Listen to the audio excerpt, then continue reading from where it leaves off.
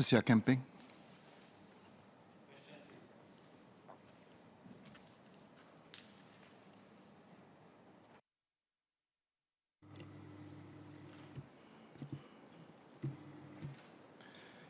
Mr. Speaker, the increase in Singapore Pool's lotteries and sports betting turnover between financial year 2020 to 2021 and financial year 2021 to 2022 can be attributed to a few factors.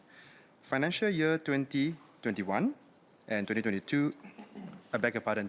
to 2021 saw a lower turnover due to COVID-19 safe management measures, and there was likely to be pent-up demand that surfaced in financial year 2021 and 2022 after COVID-19 restrictions were relaxed. Football tournaments globally also resumed in 2021, which led to increased sports betting.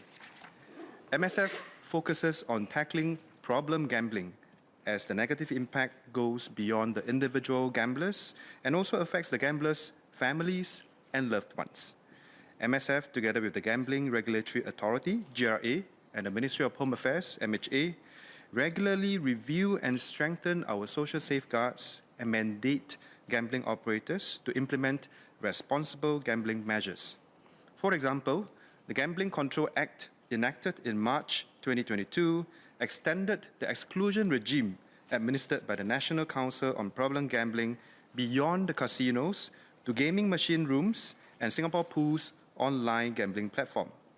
Should an individual bet online excessively with Singapore Pools, family members can apply for a family exclusion order to suspend the individual's online betting account. In addition, financially vulnerable individuals, such as those on government social assistance and subsidy schemes, legal aid, and tenants and occupiers of the HDB public rental scheme, are automatically excluded by law from betting online with Singapore Pools, as well as from the casinos and gaming machine rooms. From November 2022, private clubs operating gaming machine rooms are also required to educate patrons about responsible gambling, problem gambling, and help services, and assist patrons who display signs of problem gambling. MSF will continue to work closely with GRA and MHA to monitor the situation and review the need to introduce further measures to minimize the risk of problem gambling.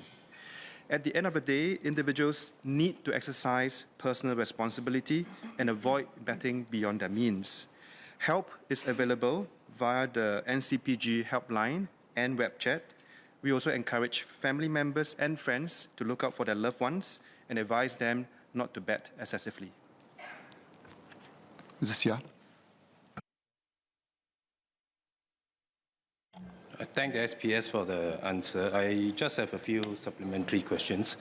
First, for the avoidance of doubt, I certainly support all the measures that we've introduced over the years. SPS mentioned that the attribution for the increase this year is due to pent-up demand, or because the previous year it was COVID.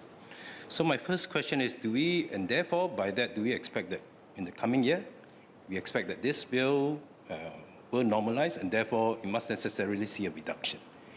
So my first SQ would be that, what are the indicators that we will look for before we feel that, well, this is something that we need to introduce more measures or refine certain other measures. SPS also mentioned that there are measures which Singapore Pools, we will look at Singapore Pools online betting to see what the trends are. But that's just one avenue.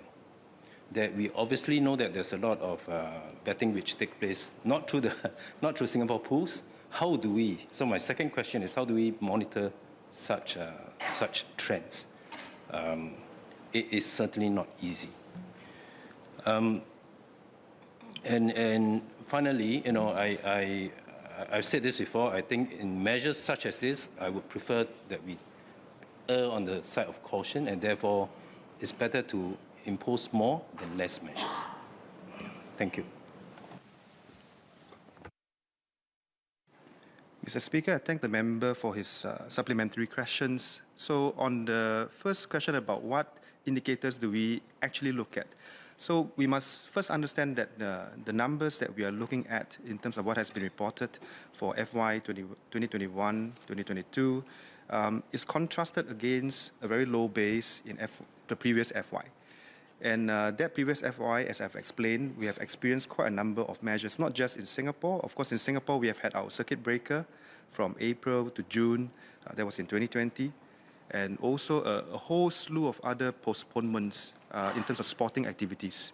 So, for instance, the Tokyo Olympics, for which is one of the favorites as well for sports betting, Copa America, as well as the UEFA European Football Championships. These are some of the examples that really accounted for the low base in FY 20/21. Now, having established this, what are the indicators that we really look at? I think we can safely and quite surely rely on a few factors. So, for instance, we look at gambling participation rates over the years. And over the past 10 years, gambling participation has remained quite stable at about 50% over the years. And I think it has been stable throughout the past 10 years. And the key really is, as I mentioned in my main reply earlier, whether there's a problem, a rise in the incidence of pathological and problem gambling. And I'm happy to share with the member that actually over the past few years, there hasn't been any increase, any marked increase in the overall probable pathological and problem gambling rates, and that has consistently remained at 1%. And I do agree with members that actually on social issues such as this, we do want to err on the side of caution, which is why we have implemented quite a number of exclusions. I will not repeat what I have already mentioned in my main reply. I think it's also a matter of perspective. To some, it will be very onerous to be able to place a bet today. But I think for us as policymakers, we want to strike a good balance, and I think we have done just that with our existing regime. Thank you.